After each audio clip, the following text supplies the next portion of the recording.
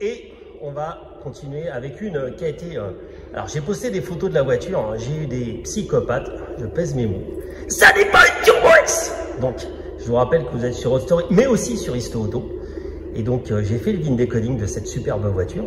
Et puis je n'en doutais pas que c'était bien une Turbo S. Donc c'est une 88.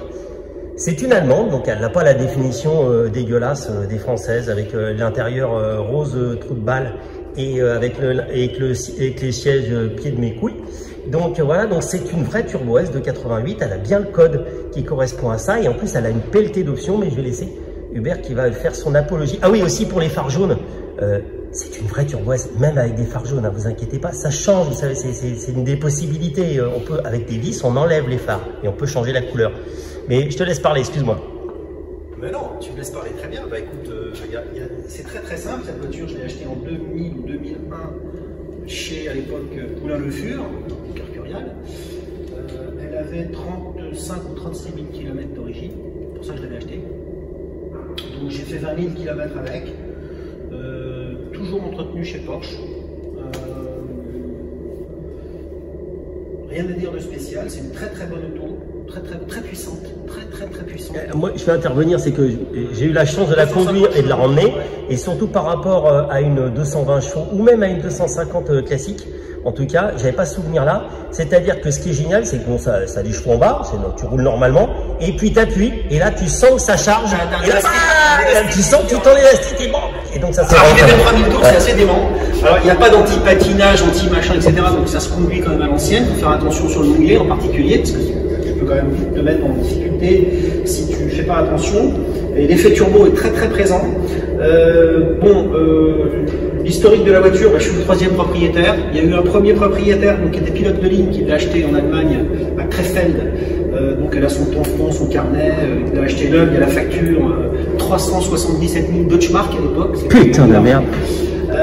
Et puis il l'a choisi, alors soit il l'a choisi, soit il l'a pris parce qu'elle était en démonstration, véhicule démonstration, enfin du coup, elle est différente des configurations françaises. Oui, parce que les Françaises sont toutes dans ce que j'ai décrit, donc les 100 et quelques Françaises qui sont appelées Cup. Et par contre, ce que j'ai regardé, donc sur les 1600 et quelques Turbo S qui ont été fabriquées, il y en a 1100 qui ont été dans la définition couleur intérieure française, entre guillemets. Il n'y a eu que 500 autres voitures qui n'ont pas eu ces définitions-là, et donc dont elle fait partie.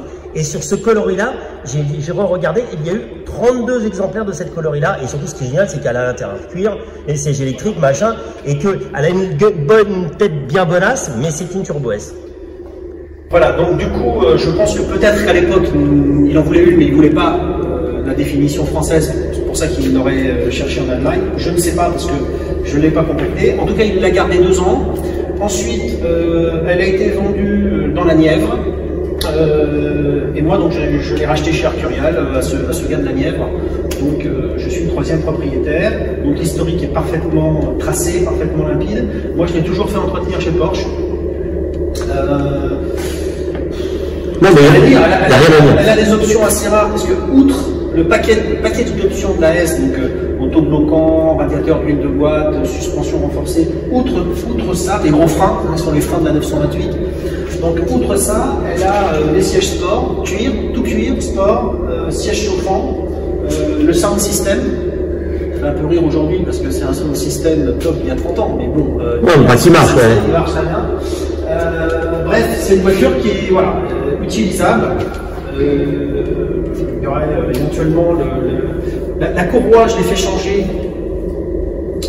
J'ai très peu roulé depuis, mais les années ont passé, donc il faudra peut-être prévoir de refaire une courroie.